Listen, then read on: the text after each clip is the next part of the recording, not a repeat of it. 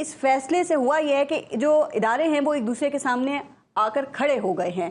کیا خیال ہے کہ یہ جو لڑائی ہے، یہ جنگ ہے، اس کا کیا انجام ہوگا آپ کے خیال میں، اور جیت کس کی ہوگی؟ پارلیمان کی جیت ہوگی. پارلیمان بالادست ہے، پارلیمان کی خود مختاری ہے اور پارلیمان کی جیت ہوگی. پہلے بھی ہم نے دیکھا تھا جب عدلیہ کی طرف سے 14 مئی کو پنجاب میں انتخابات کا حکم دیا گیا تھا تو اس لڑائی میں بھی بالآخر پارلیمان جیت گئی تھی اور عدلیہ کا وہ فیصلہ عمل درآمد نہیں ہو سکا تھا کیونکہ پارلیمان اس کے سامنے آ کے کھڑی ہو گئی تھی. تو پارلیمان کی جو طاقت ہے آپ اس کو انڈر ایسٹیمیٹ نہ کریں. اس فیصلے پر بھی یہ دیکھنا پڑے گا کہ پارلیمان کیا رائے بناتی ہے. جو رائے پارلیمان بنائے گی وہ پریویل کر جائے گی اس جوڈیشل فیصلے کے اوپر. یعنی کہ عمل درآمد نہیں ہو سکے گا، باتوں سے آپ کی یہ لگ رہا ہے فیصلے پہ؟ اگر پارلیمان نے عمل درآمد کرنے کا فیصلہ کیا تو عمل درآمد ہو جائے گا، لیکن اگر پارلیمان کسی قرارداد کے ذریعے کسی ذریعے اسپیکر کو یہ پابند کر دے اور اگر 3 صوبوں کے مرکز کی پارلیمان کو ان کے اسپیکرز کو پابند کر دیا جائے تو پھر کیا ہوگا؟ وہ اپنے اپنے پارلیمان کے پابند ہو جائیں گے. لیکن اگر پارلیمان یہ طے کر دے کہ حلف نہیں ہوگا جب تک نظر ثانی نہیں فائنل ہوگی، اگر ججز یہ کہہ سکتے ہیں کہ آپ کی نظر ثانی نہیں سن سکتے جب تک ہم مکمل فیصلہ نہیں دیں گے، تو پارلیمان بھی کہہ سکتی ہے کہ تب تک حلف نہیں ہوگا جب تک نظر ثانی فائنل نہیں ہوگی. تو حکومت نے ریویو میں جانے کا فیصلہ ریویو میں جانے کا فیصلہ تو کیا تھا، لیکن یہ ججز کی کمیٹی نے ریویو پٹیشن 2 مہینے بعد لگانے کا کہا ہے. اس وقت تک چیف جسٹس قاضی فائزہ صاحب بھی ریٹائر ہو جائیں گے، تو پھر کیا سمجھیں، یعنی کہ وہ تفصیلی فیصلہ بھی نہیں آئے گا اور ریویو بھی نہیں فائل ہو سکے گی. دیکھیں ہم نے دیکھا کہ اورنج لائن کا مقدمے کا فیصلہ بھی 1 سال محفوظ رہا تھا.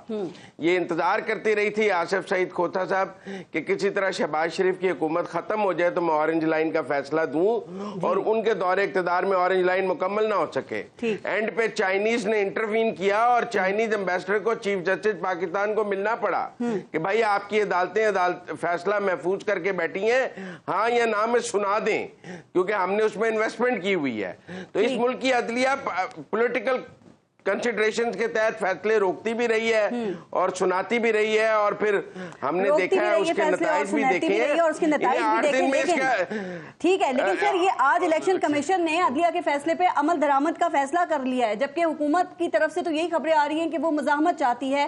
تو یہ جو الیکشن کمیشن ہے زیادہ حقیقت پسند ثابت ہوا ہے، چونکہ جب یہ آپ پریس ریلیز پڑھتے ہیں نا الیکشن کمیشن کی تو اس میں تو بہت سارے اف اینڈ بٹس ہیں. مزمل سہروردی صاحب، کیا لگتا ہے کہ یہ عمل درآمد کا اقرار ہے یا انکار ہے؟ کیونکہ میں ایک لائن پڑھ دیتی ہوں کہ الیکشن کمیشن نے سپریم کورٹ کے فیصلے پہ عمل درآمد کرنے کا فیصلہ کیا ہے، تاہم الیکشن کمیشن لیگل ٹیم کو ہدایات جاری کی گئی ہیں کہ اگر سپریم کورٹ کے فیصلے کے کسی پوائنٹ پر عمل درآمد میں رکاوٹ ہے تو فوراً آئیڈینٹیفائی کریں تاکہ مزید رہنمائی کے لیے سپریم کورٹ سے رجوع کیا جا سکے.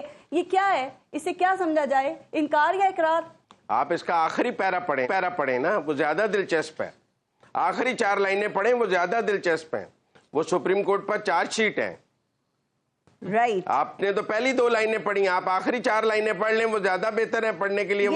وہ منظرنامے کو زیادہ واضح کر دیں گی، آپ کو کوئی سمجھنے کی ضرورت نہیں پڑے گی. سمجھا کیا جائے، چونکہ پورے دن سے میڈیا کے اوپر تو یہی خبریں چل رہی ہیں نا کہ جی یہ فیصلے پہ عمل درآمد ہوگا الیکشن کمیشن کی طرف سے، تو یہ لٹکایا جا رہا ہے، گھمایا جا رہا ہے.